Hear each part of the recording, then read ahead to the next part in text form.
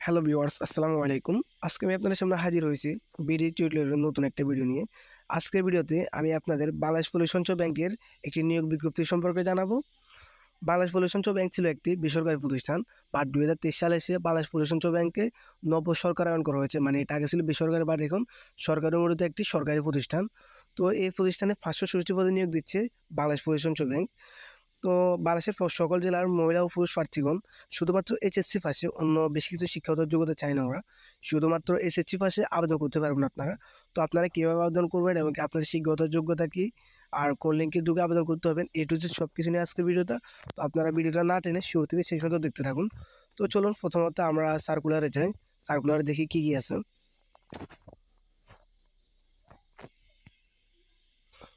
তো সার্কুলার আসার পর আমরা এখানে দেখতেছি যে কি পল্লী সঞ্চয় ব্যাংকের প্রধান কার্যালয় নিয়োগ বিজ্ঞপ্তি। তো আমরা এখানে দেখতে পাচ্ছি যে এখানে 2টা পদে নিয়োগ নিচ্ছে ওরা। মানে এখানে বেশি পদ নেই, মাত্র 2টা পদ। এক পদে নিতেছে 492 জন আর আরেক পদে নিচ্ছে 72 জন। তো আমরা যোগ্যতাগুলো দেখি আর পদের নামটা দেখি। প্রথমত হচ্ছে কি অফিস সহায়ক, গ্রেড 20, মানে এটা 20তম গ্রেডের একটা চাকরি। আর বেতন হচ্ছে 8,250 থেকে 20,010 টাকা। আপনারা তো বেতন স্কেল বুঝলেনই। তো আর এখানে আপনারা নিয়োগ দিবে হচ্ছে কতজন? 492 জন, মানে বিশাল একটা নিয়োগ। এখানে আপনি আবেদন করলে তার মানে অবশ্যই একটা ভালো সুযোগ থাকার সম্ভাবনা আছে। আর এখানে আপনার শিক্ষাগত যোগ্যতা হচ্ছে কি কোনো স্বীকৃত বোর্ড হতে মাধ্যমিক কিছু সার্টিফিকেট বা সমানের পরীক্ষা উত্তীর্ণ হতে হবে। মানে আপনাকে এইচএসসি পাস করতে হবে। আর যে সকল জেলার প্রার্থীগণ আবেদন করতে পারবেন, এখানে সকল জেলার প্রার্থীগণ আবেদন করতে পারবেন, মানে কোনো বাধ্যবাধকতা নেই। দেন আমরা আরেকটা পদে আছি, বেশি না এখানে।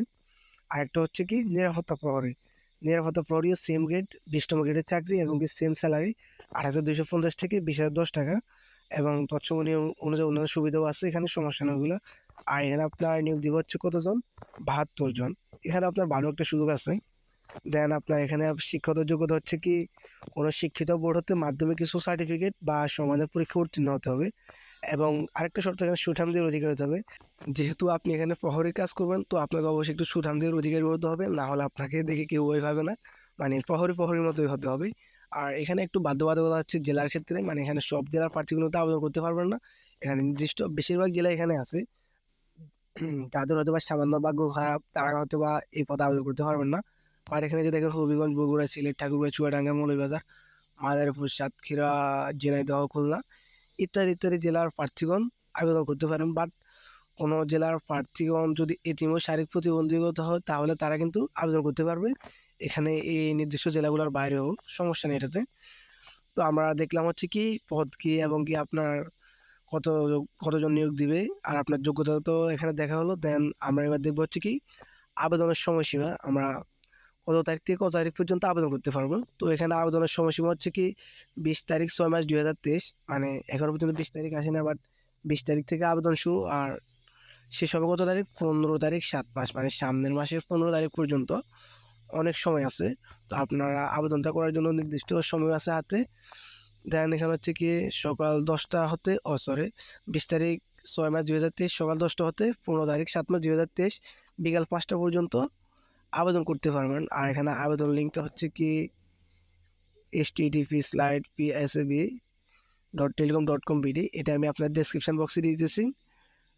আর আবেদন সিস্টেম হচ্ছে কি আপনাকে অবশ্যই অনলাইন আবেদনটা পূরণ করতে হবে, কোনো রকম অ্যানালগ সিস্টেম নেই। আর আবেদনের বয়সসীমা হচ্ছে কি 15 জুলাই 2023 অনুযায়ী আবেদনকারী প্রার্থীগণের বয়সসীমা 18 থেকে 30 বছর হতে হবে। মানে 18 থেকে 30 বছর বেশি হলে কিন্তু আপনি আবেদনটা করতে পারবেন কিনা জানি না, বাট করলে ওইটা আপনার কাউন্ট হবে না, আর আপনাকে অ্যালাউড করবে না ওরা।